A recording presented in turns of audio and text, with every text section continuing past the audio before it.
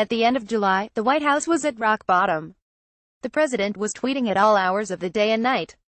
Everyone was leaking anything they could get their hands on.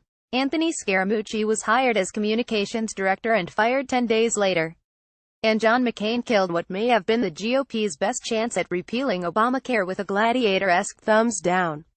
Enter John Kelly. Kelly, who Donald Trump referred to as one of my generals, replaced Reince Priebus as chief of staff on July 28, leaving the Department of Homeland Security after just 6 months. He was widely seen as the man for the moment. Since then, the president has continued his wild tweeting. He has threatened North Korea with nuclear war. He has said both sides were responsible for the deadly violence in Charlottesville. Obamacare repeal stalled again, and his relationship with congressional Republicans remains poisonous. He jeopardized the health care of millions and the immigration status of hundreds of thousands. And he spent the last week defending a false claim that his predecessors did not call the families of soldiers killed in action.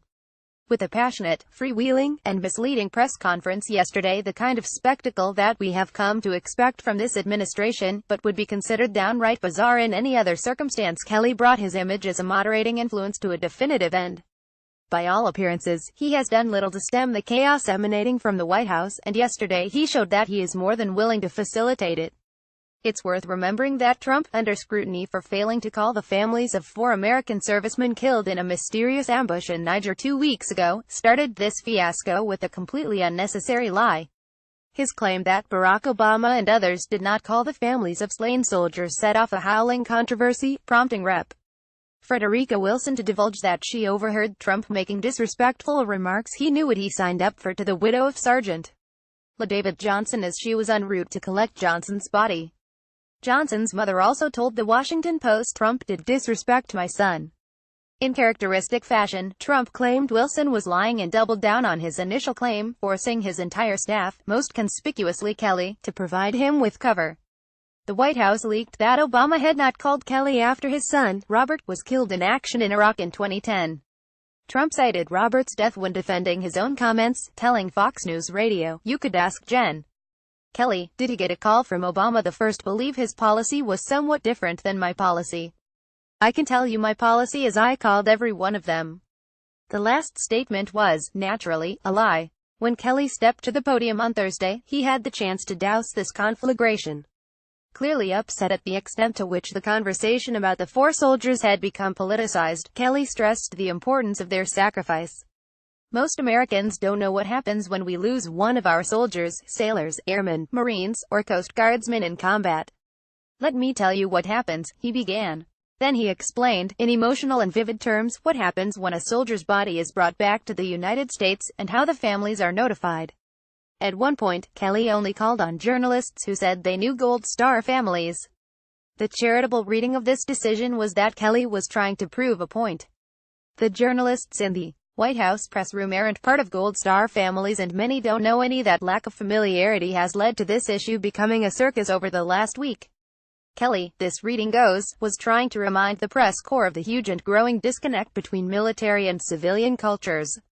The less charitable reading is that Kelly, like the rest of the White House, has nothing but contempt for the members of the press and views them as un-American. Kelly also argued that Wilson and Johnson's widow had misconstrued Trump's meaning. He related what Joint Chiefs of Staff Chairman Joe Dunford told him after his own son was killed. He said, he was doing exactly what he wanted to do when he was killed," Kelly said. "He knew what he was getting into by joining that 1%. He knew what the possibilities were, because we're at war. When he died, he was surrounded by the best men on this earth, his friends." That's what Trump tried to say, Kelly explained. If Kelly had left it at that, perhaps the controversy could have been chalked up to miscommunication. Instead, he took a page from Trump's playbook and went on offense, singling out Wilson for condemnation. "We were stunned," he said. "Stunned that she had done it. Even for someone who was that empty of a barrel, we were stunned. But we didn't go to the press." He added, "I appeal to America, let's not let this last thing that's held sacred in our society, a young man or young woman going out and giving his or her life for our country, let's try to somehow to keep that sacred." But it eroded a great deal yesterday by the selfish behavior of a member of Congress. Kelly was so mad, he said, that he went to Arlington National Cemetery to take a 90-minute walk. But Wilson was not just some meddling congresswoman. She had mentored Johnson and known his family for years. The call had been put on speakerphone so everyone could listen to the president. Even if it was a matter of miscommunication, she had every right to be upset. And Kelly skated over the fact that he was acknowledging the substance of a call that Trump had claimed was an outright lie. Later, in the dead of night, Trump repeated his claim in a tweet, claiming Wilson gave a total lie on the content. This is not the behavior of a man keeping the president in check.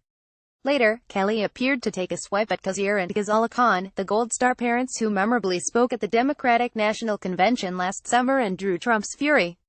He also made an oblique comment about respecting women. When I was a kid growing up, a lot of things were sacred in our country, Kelly said. Women were sacred and looked upon with great honor. That's obviously not the case anymore, as we've seen from recent cases. Life, the dignity of life, was sacred. That's gone. Religion, that seems to be gone as well. Gold Star families, I think that left in the convention over the summer. Is Kelly implying that the Khans were responsible for tainting the reputation of Gold Star families, not the presidential candidate who attacked them? Is the comment about women an allusion to the Harvey Weinstein scandal, or a rebuke of Trump, who has been accused by numerous women of harassment and assault? That he left it so open to interpretation is not to his credit. It advances the notion that the Khan's objections to Trump's Islamophobia were illegitimate, and that Weinstein's misconduct somehow invalidates the liberal criticism of Trump's misogyny. At bottom, Rep. Wilson didn't make the death of 4 American soldiers an issue. Neither did the media. President Trump did by slandering his predecessors. Kelly responded by making the kind of case that Donald Trump would make, which is that the media and the Democrats are un-American and out to get Donald Trump. He has nonsensically claimed that Trump's behavior was on board, while everyone else was out of line. This is how Trump talks about America and how Trump talks about himself. Which means that Kelly is not just trying to make the trains run on time, but to make sure they reach specific destinations. View archive.